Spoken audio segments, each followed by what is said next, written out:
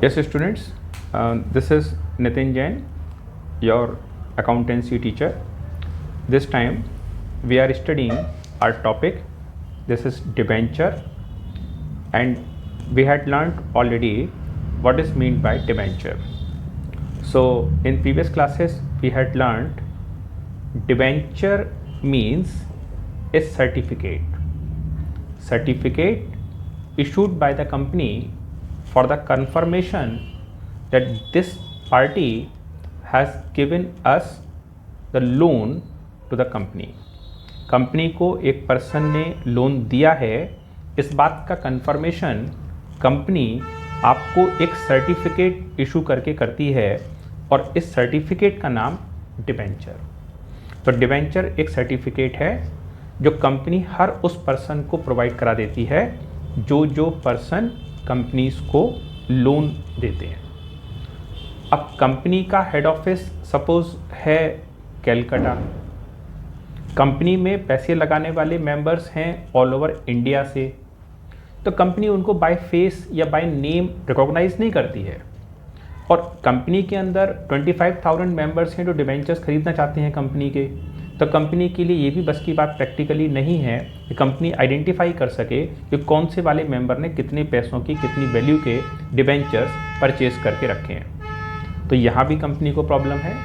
तो कंपनी के पास एक सिंपल सा सॉल्यूशन है कि कंपनी में जो मेंबर अपने पैसे इन्वेस्ट कर रहे हैं हैंड टू हैंड उसी समय कंपनी इन मेंबर्स को एक सर्टिफिकेट इशू कर रही है और सर्टिफिकेट पर कंपनी का नाम, memorandum registration number, certificates other details, terms and conditions, time period of maturity, सारी डिटेल्स कंपनी के डिबेंचर के सर्टिफिकेट के ऊपर प्रिंट है।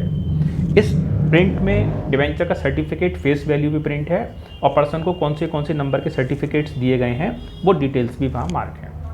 सो इन दिस वे कंपनी के पास सारा डिटेल अवेलेबल है कि कंपनी ने कितनी वर्थ के डिबेंचर मार्केट में इशू कर दिए हैं। तो वो जो डिबेंचर कंपनी की तरफ से मार्केट में इशू हुए, this is called issue of debenture. मतलब जिस किसी पर्सन के पास कंपनी के डिबेंचर हैं, वो डिबेंचर सर्टिफिकेट इस बात को सर्टिफाई करता है, इस बात को कंफर्म करता है कि कंपनी ने इतने रुपए कीमत का लोन इन मेंबर से लेकर के रखा है। Yesterday we discussed from the exam point of view, for the syllabus point of view as per CBSE Board 12th, debenture is a topic over there, and in that there are 3 categories problem. Number 1 type of problem is there where the questions are concerned with one term, and this is technically concerned as issue of debenture. So in terms of debenture, the type of problem number 1, so this is basically concerned with issue of debenture. Company ने यहाँ पर कुछ debentures issue करके रखे हैं, so this is called issue of debentures. First category. Second category type of problems हैं वहाँ पर, this is called issue and redemption of debenture. One category type is issue of debenture and second category type of issue and redemption. Redemption, repayment, money back. Company redeem कर रही है, मतलब company पैसे वापस करने की बात कर रही है। Third category of debenture is called redemption of debenture. जो कंपनी ने डिबेंचर पहले से इशू करके रखे हैं, कंपनी उनका पैसा वापस कर रही है, this is called redemption of debenture. तो 3 कैटेगरीज के टाइप हैं। नंबर 1 है इशू ऑफ डिबेंचर, यानी कंपनी केवल इस तरह के क्वेश्चंस में कंपनी केवल डिबेंचर इशू करेगी, पैसा ले लेगी या जो भी एग्रीमेंट फाइल होगा उसके अगेंस्ट कंपनी आपको आपके डिबेंचर दे देगी, issue of debenture. Second category issue and redemption of debenture. In this category 2 activities are going simultaneously, एक साथ 2 एक्टिविटीज परफॉर्म हो रही हैं। कंपनी डिबेंचर इशू भी कर रही है, कंपनी डिबेंचर रिडीम भी कर रही है। Third category redemption of debenture. जो डिबेंचर पहले कभी इशू हो रखे थे, उस डिबेंचरों को कंपनी आज केवल रिडीम कर रही है, मनी बैक कर रही है एज पर द एग्रीमेंट। तो यहाँ डिबेंचर के टॉपिक में टोटल 3 तरह की प्रॉब्लम्स, 3 तरह के क्वेश्चन आते हैं। पहले कैटेगरी का नाम इशू ऑफ डिबेंचर। अब अगर हम इशू ऑफ डिवेंचर की बात करते हैं तो इशू ऑफ डिवेंचर का ये टॉपिक अपने आप में 2-3 टाइप से फर्दर क्लासिफाइड है। अब इशू ऑफ डिवेंचर कैसे कैसे हो सकता है, तो कंपनी में जो इशू ऑफ डिवेंचर का होना पॉसिबल है उसमें एक कैटेगरी बनती है इशू ऑफ डिवेंचर, आगे तो बनता है नंबर 1 में one time issue, company debenture issue कर रही तो वन टाइम इशू, एक बार में सारे पैसे ले ले। और दूसरी बात बनती है कंपनी के अंदर इंस्टॉलमेंट पेमेंट्स, इंस्टॉलमेंट पेमेंट यानी कंपनी डिवेंचर को इशू करने में इंस्टॉलमेंट्स के अंतर में, छोटी छोटी किस्तों के अंतर में आपसे पैसे मांग रही है। Application, allotment, first call, final call, ये कॉल्स आप पहले से जानते हो। Second term is issue of debenture as collateral security, collateral securities. Collateral securities means company को लोन लेना है, तो कंपनी को जो लोन लेना है तो कंपनी ने बैंक में अप्लाई कर दिया कि भाई तुम हमें लोन दे दो। तो ऐसी कंडीशन में बैंक कह रहा है कि हम तो लोन देने के लिए बिल्कुल तुरंत तैयार बैठे हैं, हमारी बैंकिंग फॉर्मेलिटीज पूरी कर दो, हम लोन दे देंगे। बैंक की दुकान तो चली दूसरे लोगों को लोन बांटने से रही है, तो उसे लोन देने में कौन सी दिक्कत है। लेकिन बैंक अपने द्वारा दिए जाने वाले लोन की सेफ्टी सिक्योरिटी चाहता है, जरूर चाहता है। तो बैंक कह रहा है कि आप हमारे सेफ्टी मेजर्स पूरे कर दो, हमारे को सिक्योरिटी डिपॉजिट में कुछ रखवा दो, हम आपको लोन दे देंगे। कंपनी कह रही है कि भैया हमारे पास सिक्योरिटी में रखने के लिए कुछ भी नहीं है। तो बहुत मुश्किल से सौदा बना कि ठीक है, हम डिबेंचर्स जो हैं अपने, वो आपके पास एज ए सेफ्टी इंस्ट्रूमेंट्स वहाँ रखवा देंगे। यानी कंपनी ने अपने डिवेंचर्स बतौर गारंटी, बतौर लोन एग्रीमेंट के मुताबिक इन चीज़ों को कंपनी के पास रखवा दिया और कंपनी ने आपको कंसर्न वैल्यू का लोन दे दिया। This is called issue of debenture as collateral security. यहाँ पर बिल्कुल सिंपल सा केस बनता है, 2 जनरल एंट्री बनती हैं। सपोज यहाँ पर कंडीशन बनती है लोन टेक इन, कंपनी ने जो लोन लिया है, सपोज ये लिया है 8 लाख रुपीज़ का, तो 8 लाख रुपए वर्थ का लोन कंपनी ने लिया और डिबेंचर्स वहाँ डिपॉजिट कर दिए। Debentures issued as collateral ₹10 lakh. Company ने लोन तो लिया 8 लाख रुपए का और कोलेटरल डिपॉजिट कर दिया वहाँ पर 10 लाख रुपए का, यानी बैंक के पास गारंटी में कितने डिवेंचर रखवा दिए, 10 लाख रुपए। Now you need to simply record of this, very simple, you need to pass only 2 journal entries for this event. In this, out of these 2, 1 journal entry is compulsory to be done in all condition and second category is optional, you can do or you cannot be do, that is totally own depends. So this time what kind of journal entries to be performed over there, you need to listen. Company has arranged the loan of rupees, company has to arrange the loan of rupees 8 lakhs. Company ने 8 लाख रुपए value का loan लिया, तो company ने 8 लाख रुपए का loan लिया तो कंपनी वहाँ पोस्टिंग करेगी, वहाँ पर bank account debit to bank loan, bank account debit to bank loan. और bank account debit to bank loan में कंपनी के पास पैसे आए कितने हैं, ना तो 8 लाख रुपीज़, भाई 8 lakh rupees loan taken and security deposit 10 lakh rupees. तो कंपनी के पास में जो लोन का पैसा आया वो कितना आया, 8 लाख रुपए आया।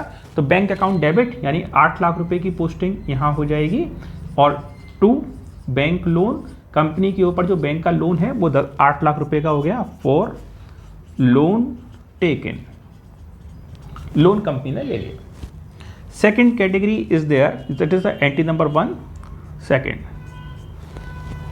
अगर कंपनी ने 8 लाख रुपए के 8 लाख रुपए का लोन लिया है और 10 लाख रुपए कीमत के डिवेंचर बैंक के पास गारंटी में, सिक्योरिटी में रखवा दिए हैं, तो ऐसी कंडीशन में 2 जनरल एंट्री बनती हैं।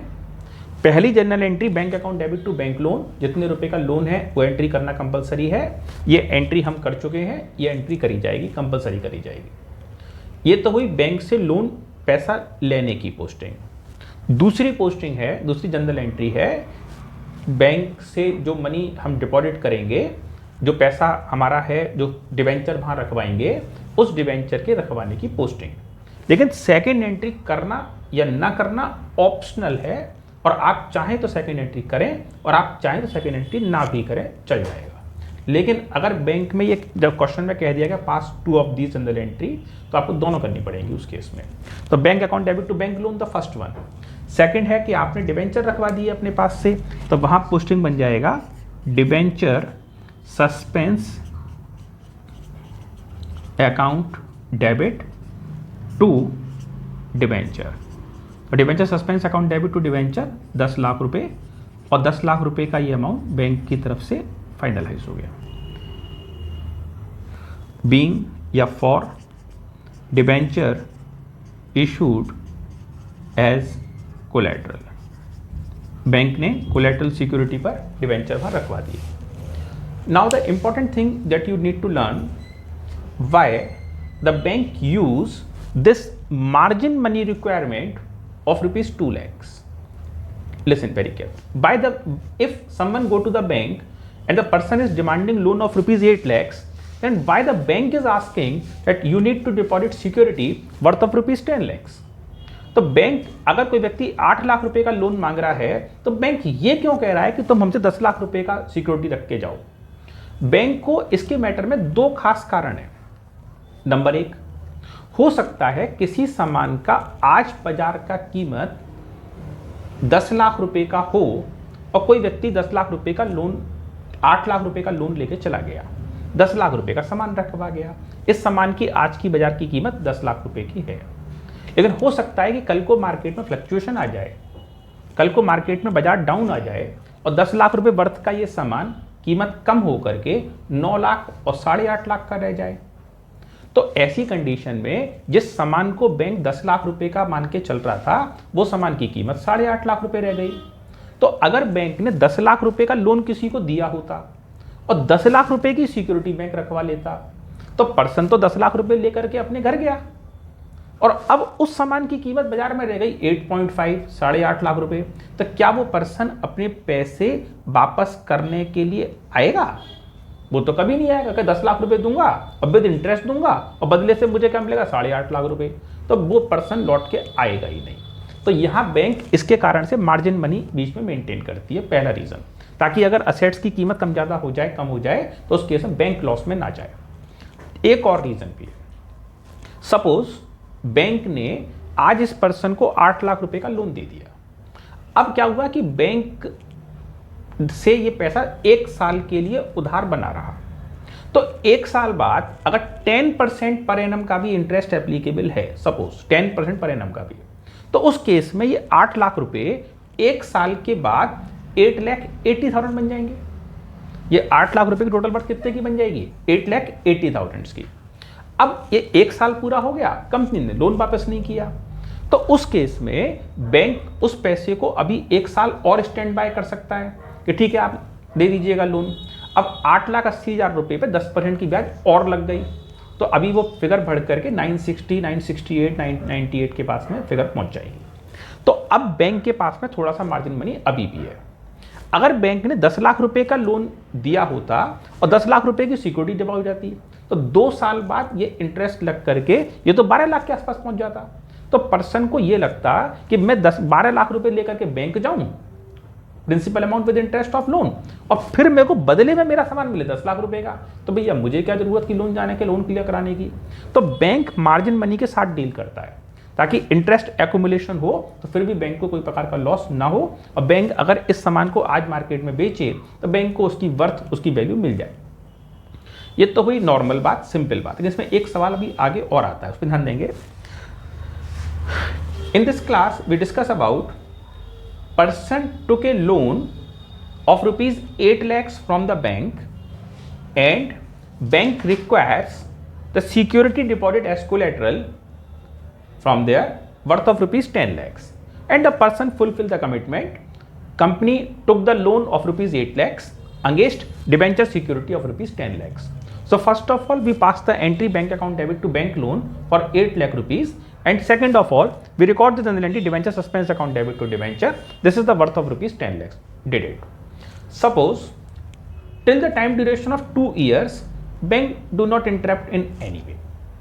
After completion of 2 years, bank seems, suppose 10% interest rate is going on, so at that time 8 lakhs and 10% interest after 1 year, the total amount accumulate to the 880, and in second year interest would be charged on 880, 8,80,000 रुपए, and then interest will be accumulate on the end, so it amount goes to high and it is near about to 10 lakh rupees. It is just little bit difference. So now after completion of 2 years, normally the bank will send a letter to the concerned party home.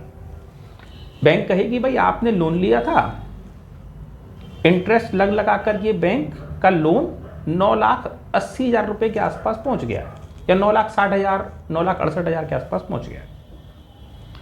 अब आपका security deposit 10 lakh रुपए है, तो bank कह रहा है कि हम आपके इस लोन को इससे आगे कंटिन्यू कर नहीं पाएंगे, तो या तो आप अपना लोन क्लियर करा दीजिए, गेट इट, और या फिर आप हमको ये जो डिबेंचर्स हैं, जो भी आपका सिक्योरिटी डिपॉजिट किए हो, वो हम अपने पास रख लेंगे, अपना असेट्स मान लेंगे और आपका लोन क्लियर आज की आज, और इस असेट्स को मार्केट में बेच बाच करके अपने पैसे निकाल लेंगे।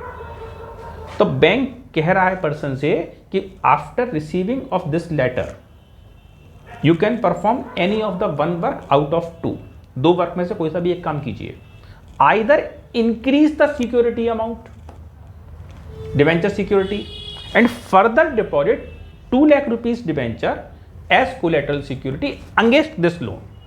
आपको नया लोन नहीं मिलेगा, लेकिन आपको क्या करना पड़ेगा, 2 लाख रुपए की सिक्योरिटी बैंक में और अलग से डिपॉजिट करनी पड़ेगी, या तो आप ये कर लो, otherwise close your account and in this way the bank would sell this assets value.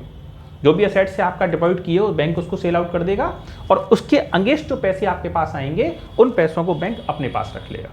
Suppose एक एग्जाम्पल के तौर पर मान लो बैंक ने 10 लाख रुपए की आपकी बिल्डिंग अपने पास मॉर्गेज की होती, बैंक ने अपने पास रख ली होती, तो बैंक इस लोन के अगेंस्ट इस सिक्योरिटी को बेचेगा।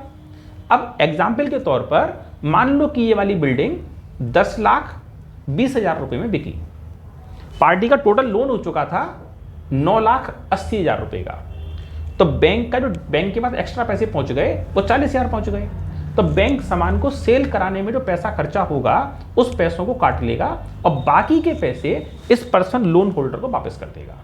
मतलब एक तो बैंक अपने पैसे इंटरेस्ट के रख लेगा और सामान को बेचने में जो खर्चा लगेगा उस वाले पैसों को काट लेगा, बाकी के जो डिफरेंस वैल्यू सरप्लस के हैं वो बैंक वापस कर देगा। वन मोर, मान लो पार्टी का टोटल लोन 9,80,000 रुपए का पहुंच गया है ना, और 9,80,000 के टोटल लोन के अगेंस्ट पार्टी ने जो मनी डिपॉजिट किया है वहां पर, उस मनी डिपॉजिट में से जो असेट्स बेच करके पैसा हाथ में आया, सपोज वो 950 हाथ में आया, 10 लाख का सामान 10 लाख का नहीं बिका, 950 का बिका, और उस कंडीशन में 25,000 रुपए बैंक ने अपना खर्चा भी काट लिया, बैंक में सामान सेल करवाने का खर्चा, तो 25,000 वो भी डिटेक्ट हो गए। तो अभी में सामान को बेचने से एक्चुअली इन हैंड जो पैसे आए वो 925, जबकि लोन कितने का था 980 का। तो आपका ये सामान तो बिक गया, लेकिन बैंक अभी भी आपके ऊपर आउटस्टैंडिंग लोन की रिकवरी निकाल देगा 65,000 रुपए की, ये बाकी का पैसा और दीजिए। यानी पेमेंट तो आपको पूरा ही सेटल करना पड़ेगा। आपका लोन क्लियर हो गया अगेंस्ट सिक्योरिटीज का मतलब ये नहीं है कि आपका लोन खत्म हो गया, लोन की वैल्यू फुल वैल्यू आपको पे ऑफ करनी ही पड़ेगी। तो दिस इज कोलेटरल सिक्योरिटी। तो हमने बात रखा कि 2 साल बाद बैंक से लेटर आ गया, लेटर में बैंक कह रहा है कि भैया अपना लोन क्लियर कर दो, और अगर लोन क्लियर नहीं करते हो, लोन को आगे बढ़ाना चाहते हो, तो उसके लिए आप सिक्योरिटी डिपॉजिट कराओ। हमने कहा ठीक है, हम 3 लाख रुपीस की एडिशनल सिक्योरिटी आपकी बैंक में और जमा करा रहे। तो अगर हम 3 लाख रुपीस वर्थ की एडिशनल सिक्योरिटी बैंक में और डिपॉजिट कराने की बात कर दें, तो उस कंडीशन में बैंक वाला हमारी बात को मान लेगा और एडिशनल सिक्योरिटी में यहाँ एक जनरल एंट्री और बढ़ जाएगी। अभी मैं इसको इरेज करता हूँ और नई जनरल एंट्री लिखूंगा। एंट्री दरअसल वही है, बस केवल फिगर बदलेगी। तो इस केस में यहाँ पर एक एडिशनल जनरल एंट्री आ जाएगी और ये आ जाएगी यहाँ पर debenture suspense account debit to debenture, और this is worth of rupees 3 lakh. तो 3 लाख रुपीज कीमत का ये वाली एक जनरल एंट्री एडिशनली और बढ़ जाएगी। यहां पर हो जाएगा for debenture issued as collateral. हमने एक्सटेंशन मांगा है ना बैंक से टाइम का, तो बैंक एक्सटेंशन टाइम के लिए जो हमने 3 लाख रुपए की एडिशनल सिक्योरिटी और डिपॉजिट कराई, जिसके लिए जनरल एंट्री एक और बढ़ जाएगी, debenture suspense account debit to debenture account. तो यह है बैंक की तरफ से कोलेटरल सिक्योरिटी के तौर पर डिवेंचर को इशू कर दिया जाना। Next we need to learn what are the other factors by which a company can issue the debentures. So we can issue the debenture against purchase of assets or purchase of business. It is again a very simple type, and you all had already learnt the same concept in the issue of shares chapter. So does not matter, it is the same issue, but we will just recap it.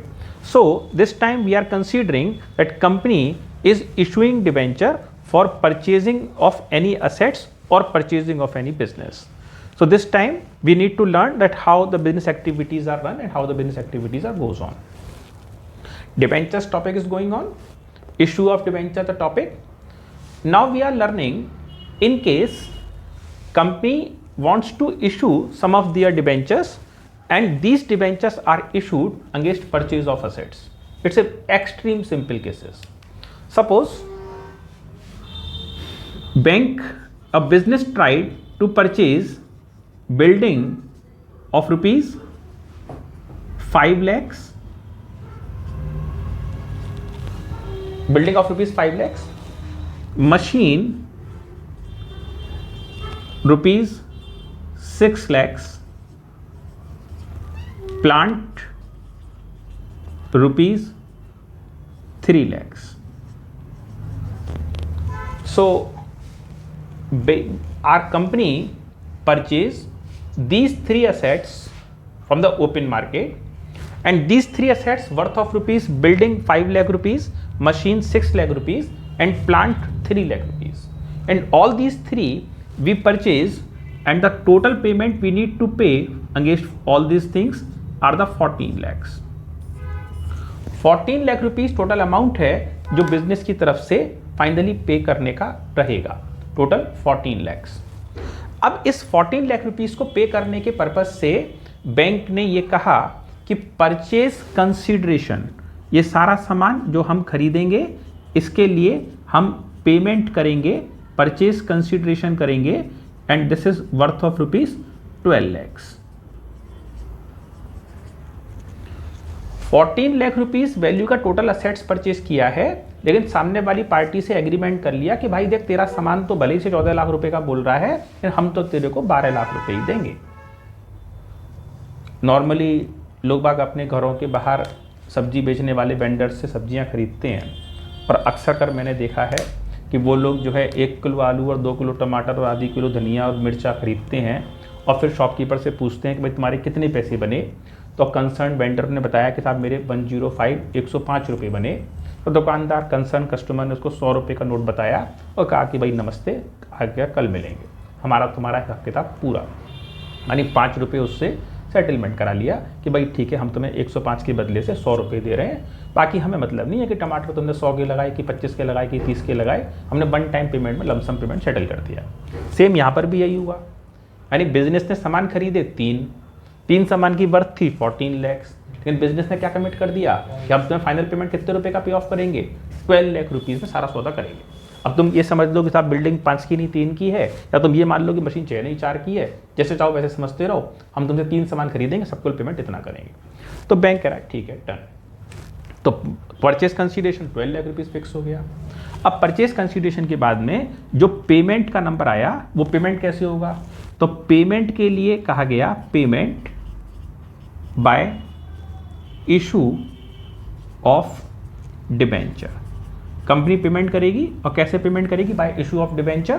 Company debenture को issue करके payment करेगी, और payment by issue of debentures of rupees 100 each. Company उसको 100 rupees each के debenture issue करके ये payment कर देने वाली है। तो अगर कंपनी 100 रुपये कीमत का एक डिबेंचर इशू करेगी तो इसमें एंट्रीज में कैसे कैसे पोस्टिंग बनेगी। सबसे पहले तो हमने सामान खरीदा, तो सामान जितने रुपए वर्थ का है सेम वैल्यू पूरी लिखी जाएगी। तो यहाँ पर जनरल एंट्री में बात आएगी, तो यहाँ लिखा जाएगा बिल्डिंग अकाउंट डेबिट। कंपनी की बुक्स में पोस्टिंग चल रही भाई, बिल्डिंग अकाउंट डेबिट, और फिर नेक्स्ट आ जाएगा यहाँ पर मशीन अकाउंट डेबिट, और नेक्स्ट आ जाएगा इसके अंदर plant account debit. This is worth of rupees 5 lakhs, this is 6 lakhs and this is 3 lakhs. And to, जिस किसी ने सामान बेचा है तो बेचने वाले दुकानदार का नाम यहाँ आ जाएगा टू वेंडर. लेकिन वेंडर से कितने पैसे देने का सेटलमेंट किया है, तो 12 लाख रुपीज़ का सेटलमेंट किया, तो 12 लाख रुपीज़ यहाँ आ जाएंगे. और अभी में ये सामान की डील के अगेंस्ट हम देखेंगे कि डेबिट शॉर्ट पड़ रहा है या क्रेडिट शॉर्ट पड़ रहा है. तो इस समय तो फिलहाल क्रेडिट शॉर्ट पड़ रहा है, तो क्रेडिट शॉर्ट पड़ रहा है तो यहाँ पोस्टिंग हो जाएगी टू कैपिटल रिजर्व. अगर यहाँ पर डेबिट शॉर्ट पड़ता तो यहाँ पोस्टिंग